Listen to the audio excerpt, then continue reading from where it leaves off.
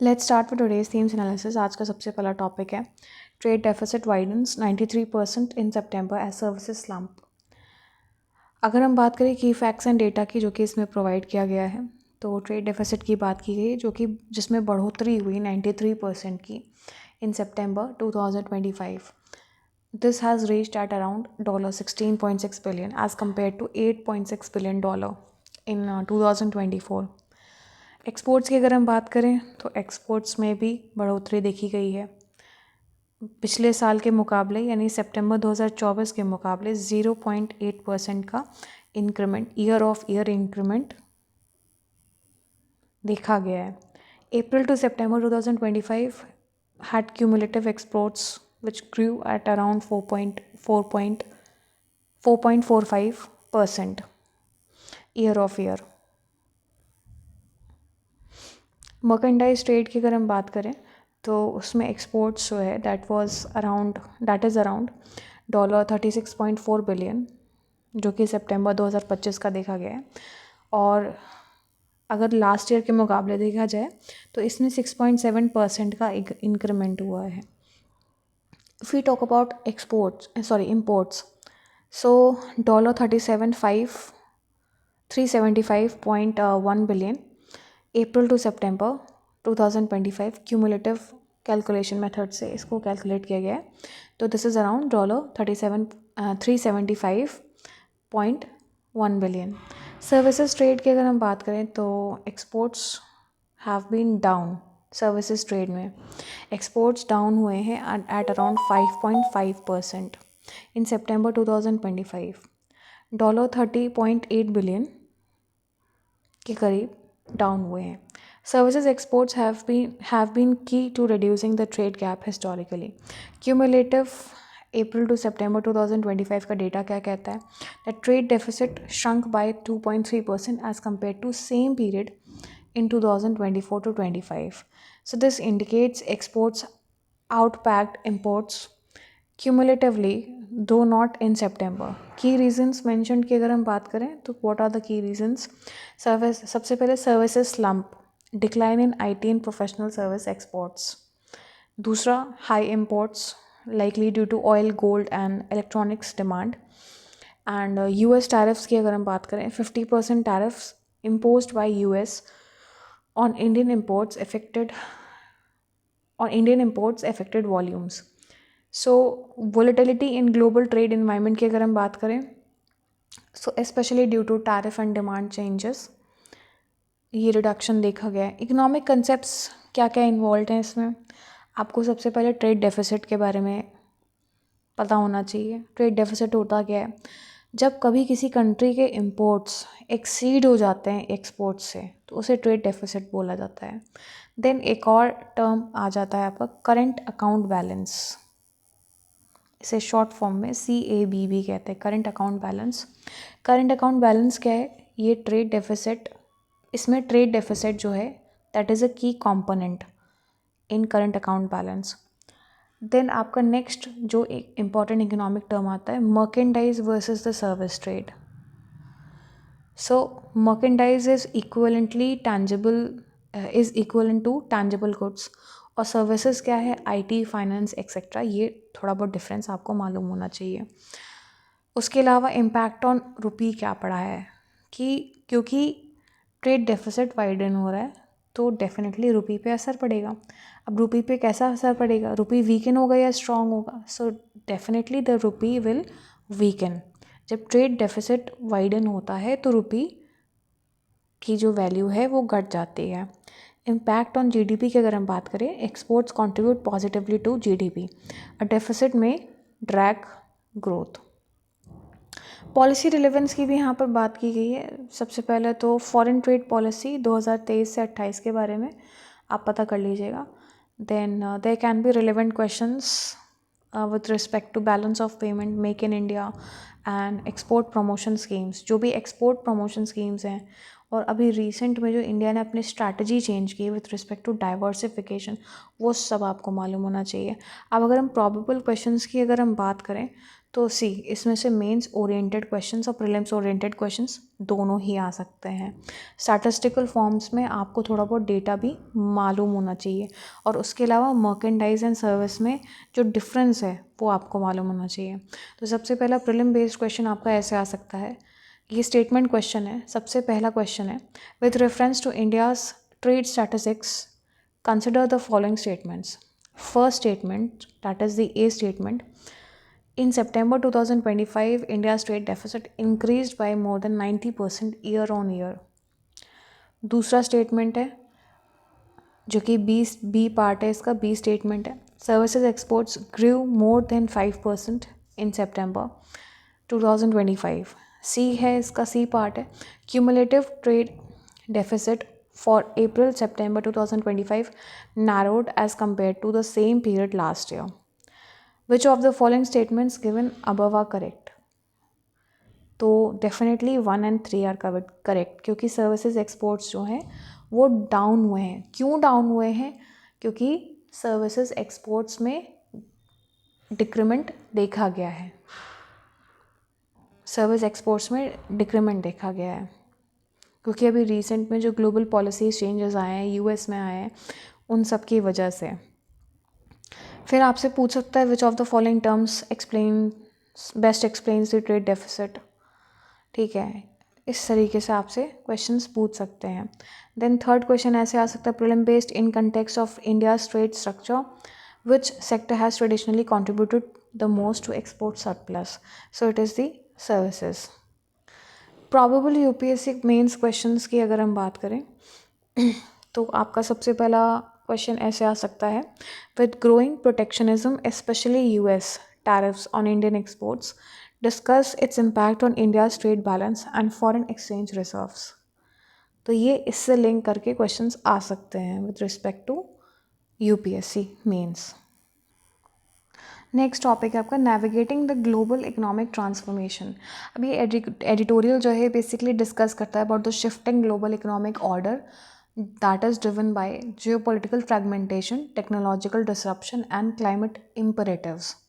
अब US China की rivalry के बारे में भी बात की गई है, जहाँ पर रीजनल ट्रेड ब्लॉक्स हैं and there is a disruption in supply chains that are reshaping the globalization. So Global South led by India has an opportunity to play a greater role through digital innovation, renewable energy and inclusive development. So the article emphasizes that India must leverage its G20 leadership, digital public infrastructure and economic dividend to integrate into global value chains while ensuring economic resilience. It calls for reforms in global financial institutions, better South-South cooperation, and sustainable investment models to address the climate and development challenges. Strategic diplomacy and balanced economic policy are essential for India to navigate this transformation effectively. Probable questions की अगर हम बात करें तो सबसे पहले आपसे mains में ही, ये डेफिनेटली मेंस ओरिएंटेड टॉपिक है, तो क्वेश्चन सबसे पहले ऐसे आ सकता है, discuss how India can leverage its leadership in digital and green transitions to shape the emerging global economic order. दूसरा ऐसे आ सकता है, the impact of geo political fragmentation on global trade and India's growth strategy. Next topic है आपका, the critical factor in India's clean energy ambitions. अब इस topic के बेसिक कंटेक्स्ट के बारे में अगर हम बात करें तो India aims to achieve around 500 gigawatt of non-fossil fuel capacity by 2030 and net zero emissions by 2070. The success of transition depends on secure access to critical minerals. Importance of critical minerals, that is क्या है? सबसे पहला, essential for solar panels, wind turbines, EV batteries and energy storage systems. दूसरा, key minerals include lithium, cobalt, nickel, graphite and rare earth elements. What are the demands and supply trends? India's demand for critical minerals is projected to grow at around CAGR of 8 to 9% till 2035. So the global supply chain is highly concentrated with China controlling over 90% of REE processing. Challenges की अगर हम बात करें, supply chain vulnerabilities due to geopolitical tensions and trade restrictions, limited domestic reserves and technological dependence on their nations. Environmental challenges की अगर हम बात करें, that is in the mineral extraction and recycling. What are the government initiatives that has been highlighted over here? Launch of critical minerals mission and exploration in Rajasthan, Odisha and Andhra Pradesh. Global partnership under the Quad and IEA critical minerals working group. Way forward की अगर हम बात करें, diversify import sources, create strategic reserves, boost domestic exploration and invest in circular economy through recycling. Next अगर हम question की बात करें, प्रॉबेबल क्वेश्चंस, तो सबसे पहला, discuss the significance of critical minerals in achieving India's renewable energy goals. What policy measures are needed to ensure mineral security. दूसरा अगर हम बात करें तो how can India reduce its dependence on China for critical minerals essential for its clean energy transition. Next topic है आपका refugees infiltrators. India needs a refugee policy documentation that is non-discriminatory. So India lacks a comprehensive and non-discriminatory refugee policy despite facing recurring refugee inflows, while laws such as the Foreigners Act 1946, Registration of Foreigners Act 1939 and Immigration and Foreigners Liability Act 2000 exist.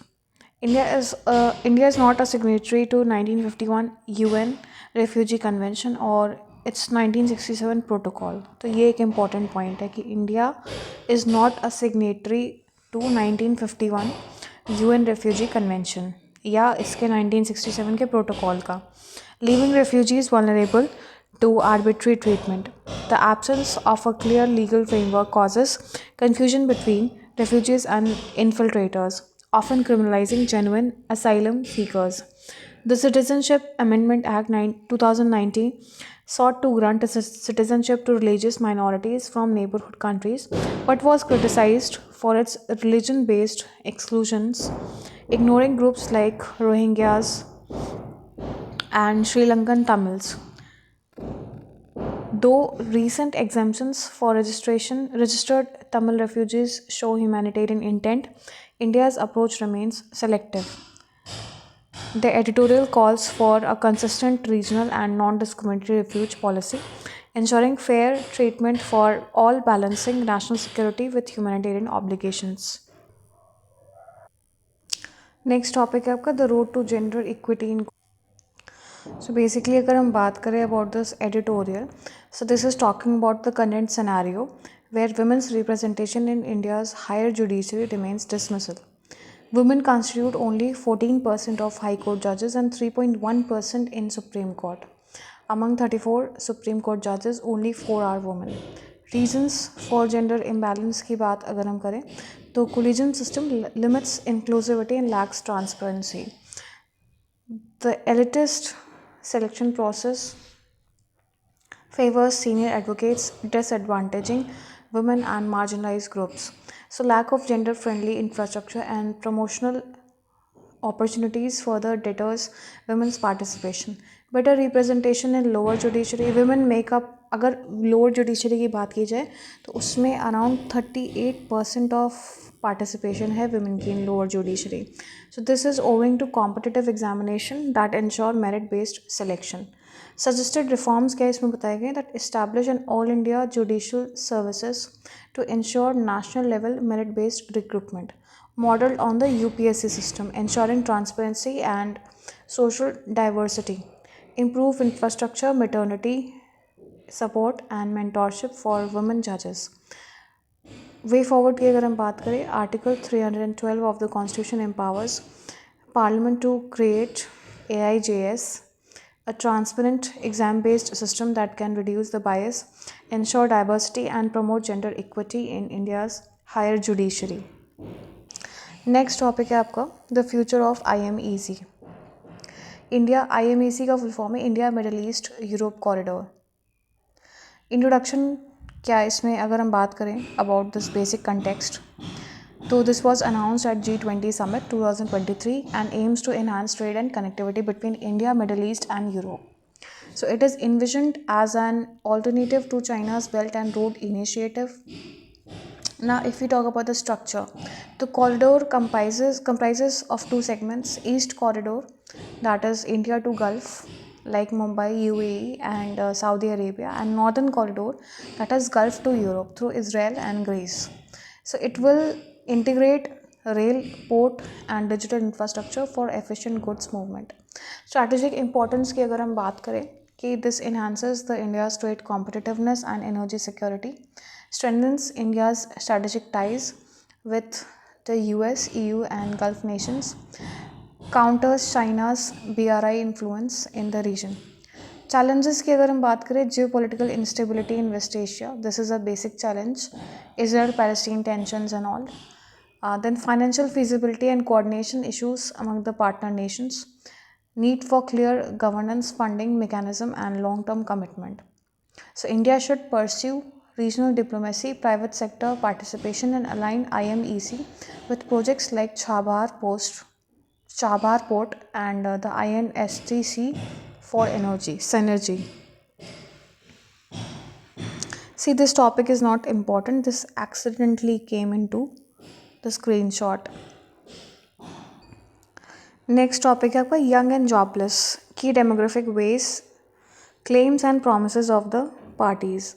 So India's growing youth population faces a major employment crisis emerging as decisive issue in upcoming elections.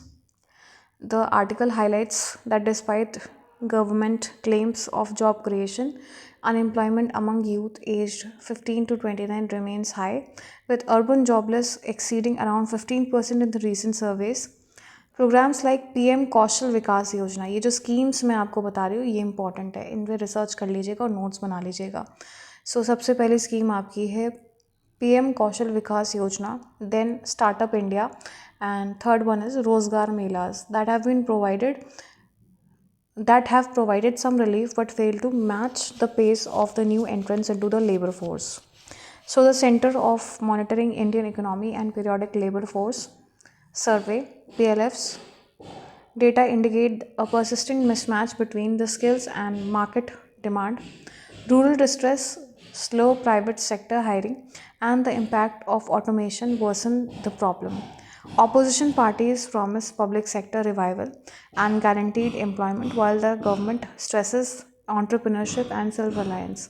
The article concludes that sustainable job creation requires labor-intensive growth, skill development, and industrial expansion. So this is the last topic of the day, not the right time for official negotiations on trade deal with US. Commerce Secretary Rajesh Agarwal says a team from India is in the US to discuss tariffs, but manpower is low in the US in the view of shutdown. So a team from India is currently in the US to discuss issues relating to tariffs, according to the Commerce Secretary Rajesh Agarwal. However, due to ongoing shutdown in US government, it is not the right time to hold the next official round of bilateral trade negotiations. So this is basically about the improving trade ties between India and US. International relations के context में ये important है, and इसका जो outcome है ये और भी ज़्यादा इंपॉर्टेंट है. This will decide the future of India and US ties. So that's all for the day. Here I end my analysis. Thank you and have a nice day. I request you to like, subscribe, and share my channel.